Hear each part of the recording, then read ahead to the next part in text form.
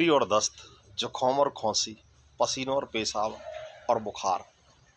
भाई आयुर्वेद वाले इनको तो ये उपचार है, ये न्यों कहें कि शरीर में जब तक प्राण है ना, यू शरीर को एक तरीका है जो इन्हें बचाने को। पेट में मल रुक गो, मल रुकते ही नुकसान करेगा।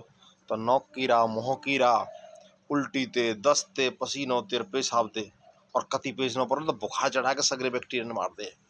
और हम कहाँ काम करें, तुरंत डॉक्टर भगेंगे। और आज जुकाम हो गया, रुक, अरे ताऊ यू रुक जाएगा तो सांस बन जाएगा, फेफड़े में जम जाएगा। यू पेट में तो लेटरिन नौ लिख रही तो कलेश बजाएगा, सर को वहीं बीपी बढ़ावा और जोड़ों में दर्द कर देगा।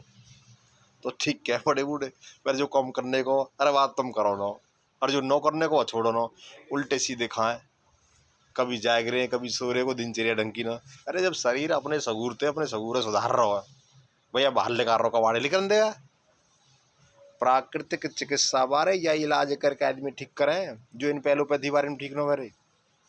और वह हमारे हैं परम पूज्य स्वामी रामदेव जी महाराज आ रहे 3 दिन को शिविर लगाने कासगंज में। भाई यहाँ तो कभी लाठी कट रही है, ओम के ओमर गुठलिन के दम, ओमन के बाग हैं, दिन में घूमने चले जाओ, प्रचार प्रसार भरो, वह कति आनंद आ रहा, मन लगे बड़ा बंडू, प्यार बड़ी बढ़िया पौनी हो को जोर को। आप भी शिविर में आओ, पहुँचते 7:30, 8, 9 और 10 तारीख को स्वामी जी गेल, और भाई योग शिविर को आनंद ले।